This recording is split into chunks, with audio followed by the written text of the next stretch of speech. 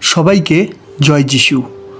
প্রভু যীশু খ্রিস্টের শক্তিশালী নামে আমি আপনাদের প্রত্যেককে হৃদয় দিয়ে স্বাগত জানাচ্ছি আমার এই চ্যানেল জীবন্ত ঈশ্বরের মণ্ডলীতে। হ্যাঁ, আমি বিশ্বাস করি যে এই মণ্ডলী ঈশ্বরের, আর এই মণ্ডলীর পালক স্বয়ং প্রভু যীশু, যিনি তার পবিত্র আত্মার দ্বারা আমাদের প্রত্যেককে ঈশ্বরের জীবন্ত বাক্যের শিক্ষায় শিক্ষিত করছেন। একমাত্র ঈশ্বরেরই মহিমা ও গৌরব হোক, আমেন। তাই তো আমি বারবারই বলে থাকি যে আমাকে লাইক করতে হবে না, ঈশ্বরকেই লাইক করুন, কেননা অনন্ত জীবন একমাত্র ঈশ্বরেরই কাছে আছে। হালেলুইয়া। আমি ঈশ্বরকে ধন্যবাদ দিই সেই সব মানুষগুলোর জন্য যারা প্রতিদিন ঈশ্বরের জীবন্ত বাণীর অপেক্ষায় থাকেন ও অনবরত ঈশ্বরের ও ধন্যবাদ ও গৌরব করেন। ঈশ্বরের শান্তি আপনাদের প্রত্যেকের গৃহে বর্তুক, আমেন। আসুন আমরা প্রার্থনা করে আজকের অনুষ্ঠানটা শুরু করি। প্রভু, তোমায় ধন্যবাদ দিই আমাদের প্রত্যেককে এই সুন্দর সময় ও সুযোগ করে দেওয়ার জন্য। তাই তো আমরা প্রতিদিন তোমার নামে তোমার চরণতলে একত্র হতে পারি। প্রভু গো, আমি প্রার্থনা করি তুমি আমাদের শক্তি দাও, যেন আমরা প্রত্যেকে আমাদের এই মুখ থেকে সদা সর্বদা তোমারই ধন্যবাদ, মহিমা, প্রশংসা ও গৌরব করতে পারি। এই প্রার্থনা আমি খ্রিস্ট যিশুর নামে চাইলাম, আমেন। আজকের বিষয়টা বলার আগে আমি আপনাদের কিছু বলতে চাই, কেননা আজকের বিষয়টা খুবই মজাদার হতে চলেছে তাদেরই জন্য যারা যারা ডাইনোসর ও গডজিলা এই বইগুলো দেখতে ভালোবাসে। শুনতে অবাক লাগলেও এটাই সত্যি যে আজকের বিষয় ডাইনোসর ও গডজিলা। দেখবেন আমরা এই ধরনের অনেক সিনেমাই দেখেছি, তাই না? আর দেখতে খুব ভালোও লাগে। আমি একটা চিন্তা করছিলাম, আমি ভাবছিলাম যে সিনেমায় তো অনেক কিছুই কাল্পনিক দেখানো হয় ঠিকই, কিন্তু ডাইনোসর, গডজিলা তো কাল্পনিক হতে পারে না, কেননা বিদেশের অনেক মিউজিয়ামে তাদের হাড়, তাদের বডির টেক্সচার পাওয়া গেছে, তাই না? আর তাই যদি হয় তবে অবশ্যই এই পৃথিবীতে ডাইনোসর ও গডজিলা নিশ্চয়ই ছিল, কেননা মিউজিয়ামে তো কল্পনা বা হাতে বানানো জিনিস থাকে না, কিন্তু মিউজিয়ামে তো ইতিহাসের বিষয়বস্তুগুলোই তুলে রাখা আছে যা একদিন সত্যই এই পৃথিবীতে ছিল, তাই না? আর আমার বিশ্বাস বাইবেল সত্য, কেননা বাইবেল তো ঈশ্বরের বাক্য, তাই না? আর আমরা সবাই জানি যে বাইবেল থেকে আমরা সমস্ত কিছু সৃষ্টি থেকে শুরু করে আজকের দিনের অবস্থা ও ভবিষ্যতের সমস্ত ঘটনাই জানতে পারি।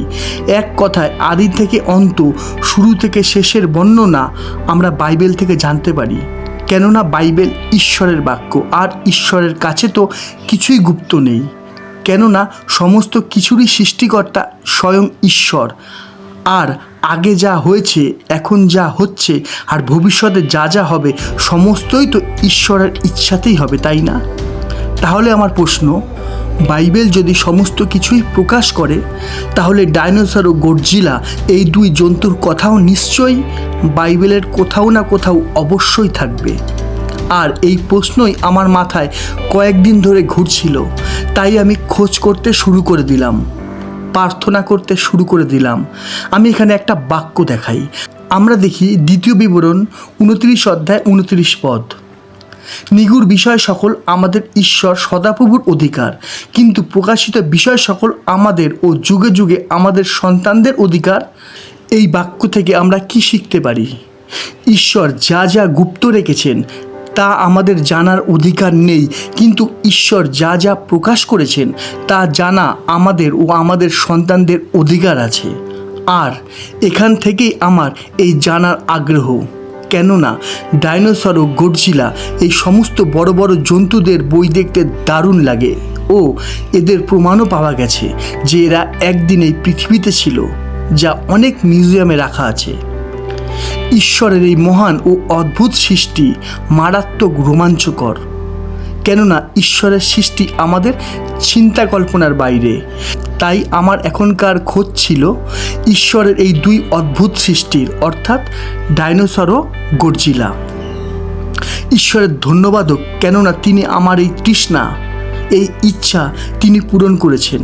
তার এই অদ্ভুত সৃষ্টি বাইবেলের দ্বারা আমার কাছে প্রকাশ করেছেন, যা আমি আজকের এই অনুষ্ঠানের মাধ্যমে আপনাদের কাছে তুলে ধরব।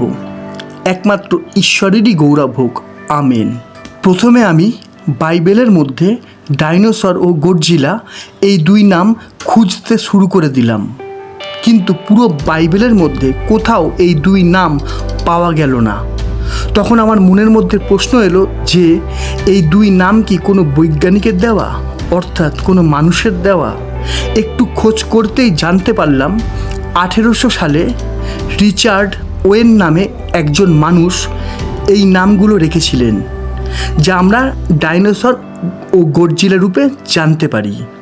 আর তাই তো আমি বাইবেলে ডাইনোসর, গডজিলা এমন কোনো নাম পাইনি, কিন্তু ঈশ্বরের ধন্যবাদ হোক, কেননা তিনি আমার কাছে সমস্ত কিছুই প্রকাশ করলেন তারই পবিত্র জীবন্ত বাক্যের দ্বারা। যেমন লেখা আছে, আমরা দেখি মতি 7:8 কেননা যে কেহ যাচনা করে সে গ্রহণ করে, এবং যে অন্বেষণ করে সে পায়, আর যে আঘাত করে তাহার জন্য খুলিয়া দেওয়া যাইবে। আশা করি এতদূর পরিষ্কার, তাই তো? তাহলে আসা যাক আজকের বিষয়ে ডাইনোসর ও গডজিলায়। আমি আগেও বলেছি যে এই ডাইনোসর ও গডজিলা এই নামগুলো আমরা বাইবেলে পাবো না, কেননা এই নামগুলো মানুষের দেওয়া। বাইবেলে এদের নাম ছিল অন্য, বহেমথ, অর্থাৎ যাকে আমরা এখন ডাইনোসর বলি, লিবিয়াথন, অর্থাৎ যাকে আমরা এখন গডজিলা বলি। আমি আবারও বলছি, বহেমথ অর্থাৎ যাকে আমরা এখন ডাইনোসর বলি, লিবিয়াথন অর্থাৎ যাকে আমরা এখন গডজিলা বলি। প্রথমে আমরা ডাইনোসর সম্বন্ধে জানব। আমরা দেখি ইয়োব 40:15-18। বহেমথকে দেখো, আমি তোমার সহিত তাহাকেও নির্মাণ করিয়াছি, গরুর ন্যায় তৃণভোজী। দেখো, তাহার কোটি দেশে তাহার বল, উদরস্থ পেশিতে তাহার সামর্থ্য। সে এরস বৃক্ষের ন্যায় লাঙুল নাড়ে, তাহার উরুদয়ের শিরা সকল জোড়া, তাহার অস্থি সকল পিত্তলময় নলের তুল্য, তাহার পঞ্জর লৌহের অর্গলবৎ। বিষয়গুলো একটু বোঝার চেষ্টা করুন। লেখা আছে বহেমথকে ঈশ্বরই সৃষ্টি করেছেন। সে তৃণভোজী অর্থাৎ ঘাস খায়, তার কোমরে ও পেটে মারাত্মক শক্তি। লেখা আছে দেবদারু গাছের মতো সে তার লেজটাকে নাড়ায়। তাহলে একটু বোঝার চেষ্টা করুন, দেবদারু গাছের মতো যদি তার লেজ হয় তাহলে সে কতটাই না বড়, তাই না? লেখা আছে তার উরুর পেশি একসঙ্গে জোড়া, যা আমরা একটা ডাইনোসরের ছবিতে দেখতে পাই, তাই না? লেখা আছে তার হাড় পিতলের মতো শক্ত, আর তার পা লোহার মতো শক্ত। আমরা তারপর দেখি ইয়োব 40:19-21। ঈশ্বরের কার্যের মধ্যে সে অগ্রগণ্য, তাহার নির্মাতা তাহাকে খড়গ দিয়াছেন। পর্বতগণ তাহার খাদ্য যোগায়, সমস্ত বন্য পশুও সেই স্থানে ক্রিয়া করে। সে শয়ন করে পদ্মবনে, নলবনের অন্তরালে, জলাভূমিতে। লেখা আছে সে ঈশ্বরের সৃষ্টি, সমস্ত জীবজন্তুদের মধ্যে প্রধান, এক অদ্ভুত সৃষ্টি। দেখুন, অনেকে এই বহেমথকে জলহস্তী ভেবে থাকেন, কিন্তু মাথায় রাখবেন যে জলহস্তীর কিন্তু খড়গ নেই। লেখা আছে ঈশ্বর তাকে খড়গ দিয়েছেন।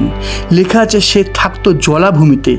তারপরে আমরা দেখি ইয়োব 40:22-24। পদ্ম গাছ নিজ ছায়ায় তাহাকে আচ্ছন্ন করে, উপত্যকার 22 বৃক্ষ তাহার চারিদিকে থাকে। দেখো, নদী উচ্চণ্ড হইলে সে ভয় করে না, জর্দন ছাপিয়া তাহার মুখে আসিয়া পড়িলেও সে সুস্থির থাকে। সে সজাগ থাকিলে কে তাহাকে ধরিতে পারে? রজ্জু দিয়া কে তাহার নাসিকা ফুঁড়িতে পারে? লেখা আছে নদী, গাছ, জঙ্গল এই সমস্ত জায়গা ছিল তার বাসস্থান। লেখা আছে যদি বন্যাও জঙ্গলকে ভাসিয়ে দেয় তবুও সে ভয় পেত না, সে ছিল এতটাই শক্তিশালী। 24 পদে লেখা আছে সে যদি জেগে থাকে তাহলে তাকে ধরার ক্ষমতা কোনো মানুষের নেই, আর মানুষের এত শক্তি নেই যে কেউ তাকে দড়ি দিয়ে বেঁধে রাখতে পারে। এই হলো ডাইনোসর, ঈশ্বরের এক অদ্ভুত ও মহান সৃষ্টি, যা বাইবেলের ভাষায় বহেমথ। এইবারে আমি আসব গডজিলাতে। নামটা শুনলেই মজা ও ভয় এই দুটোই লাগে, তাই না? কেননা গডজিলা রেগে গেলেই মুখ থেকে আগুন বের হয়ে আসে। আমরা দেখি ইয়োব 41 অধ্যায় 1 থেকে 4 পদ। তুমি কি বড়শিতে লিবিয়াথনকে তুলিতে পারো? হাত সুতে তাহার জিহ্বা বাঁধিতে পারো? নলকাঠি দিয়ে তাহার নাক কি ফুরিতে পারো?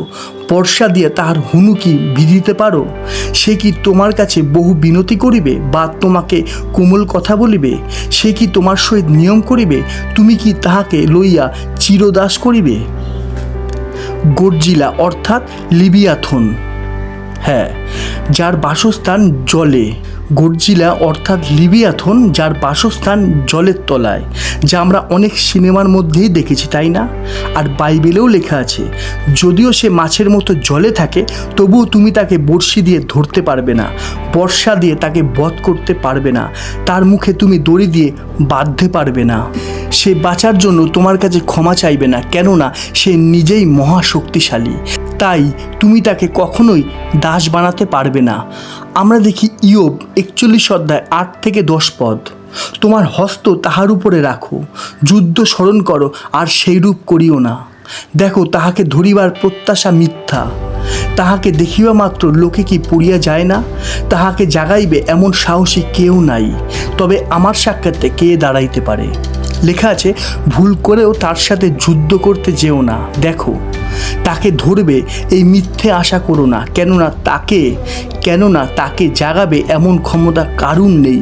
সে শুধুমাত্র ঈশ্বরের কাছেই নত, কোনো মানুষের কাছে নয়।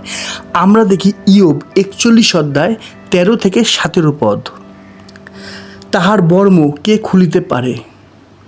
তাহার বর্ম কে খুলিয়া দিতে পারে?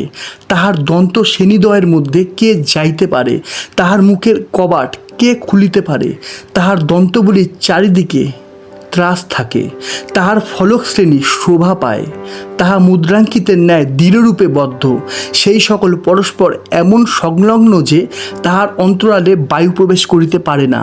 সেই সকল পরস্পর সংযুক্ত, সেইগুলি একত্র সংলগ্ন, কিছুতেই ভিন্ন হয় না। লেখা আছে, তার দেহ যেন যুদ্ধের সেই সৈন্যের মতো যে বর্ম পড়ে আছে। এমন কোনো জিনিস নেই যে তারা মুখের মধ্যে গিয়ে বেরিয়ে আসতে পারে। লেখা আছে, তার মুখের দরজা কে খুলতে পারে? তার দাঁতের চারিদিকে আতঙ্ক, তার পিছন ঢালের সারি দিয়ে একসঙ্গে বদ্ধ, দৃঢ়রূপে বসানো, যা আমরা দেখতে পাই যে গডজিলার পেছনের পিঠ থেকে লেজ পর্যন্ত কাঁটা বসানো থাকে, যা দেখতে খুবই ভালো লাগে, তাই না? লেখা আছে, সেই কাঁটাগুলো এমন করে বসানো যা কেউ আলাদা করতে পারে না। এইবারে আমি গডজিলার বিশেষত্বে আসব। অর্থাৎ আমরা সিনেমাতে দেখেছি যে গডজিলা রেগে গেলে মুখ থেকে আগুন বার করে আর সব কিছু পুড়িয়ে দেয়, তাই না?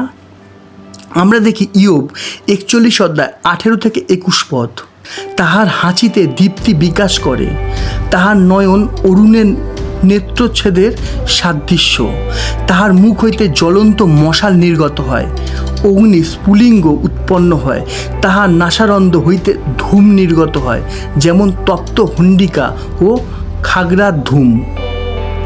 তাহার নিঃশ্বাসে অঙ্গার জ্বলিয়া উঠে, তাহার মুখে হইতে অগ্নিশিখা বাহির হয়।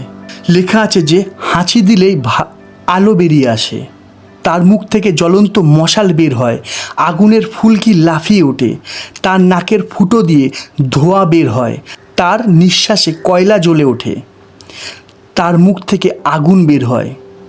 আমরা দেখি ইয়োব 41 অধ্যায় 33-34 পদ। পৃথিবীতে তাহার তুল্য কিছুই নাই, তাহাকে নির্ভীক করিয়া নির্মাণ করা হইয়াছে। সে যাবতীয় উচ্চ বস্তু সন্দর্শন করে, যাবতীয় গর্ব সন্তানের উপরে রাজা হয়। লেখা আছে, পৃথিবীতে তার সমান কিছুই নেই, যাকে ভয়শূন্য করে বানানো হয়েছে। সে এতটাই বড় যে যাবতীয় উচ্চ বস্তু সন্দর্শন করে, অর্থাৎ উঁচু উঁচু সমস্ত কিছুই সে দেখতে পায়। সে সমস্ত পশু জীবজন্তুর উপরে রাজা। আশা করি এতদূর পরিষ্কার। তাহলে বলুন, কেমন লাগলো ঈশ্বরের হাতে সৃষ্টি পৃথিবীর সব থেকে বড় 2 জন্তুর সম্বন্ধে জানতে পেরে, তাও আবার বাইবেল থেকে? তাহলে ঈশ্বরের এই 2 মারাত্মক সুন্দর ও ভয়ঙ্কর সৃষ্টির জন্য ঈশ্বরকে একটা ধন্যবাদ দিন, কেননা তিনিই সর্বসৃষ্টির মালিক। ঈশ্বর প্রত্যেককে আরও জানার, আরও শেখার হৃদয় দিন। আমেন। আজ এতটাই। আবার দেখা হবে ঈশ্বরের জীবন্ত বাক্যের নতুন কোনো শিক্ষা নিয়ে। ততক্ষণ সবাইকে জয় যিশু, জয় যিশু, জয় যিশু।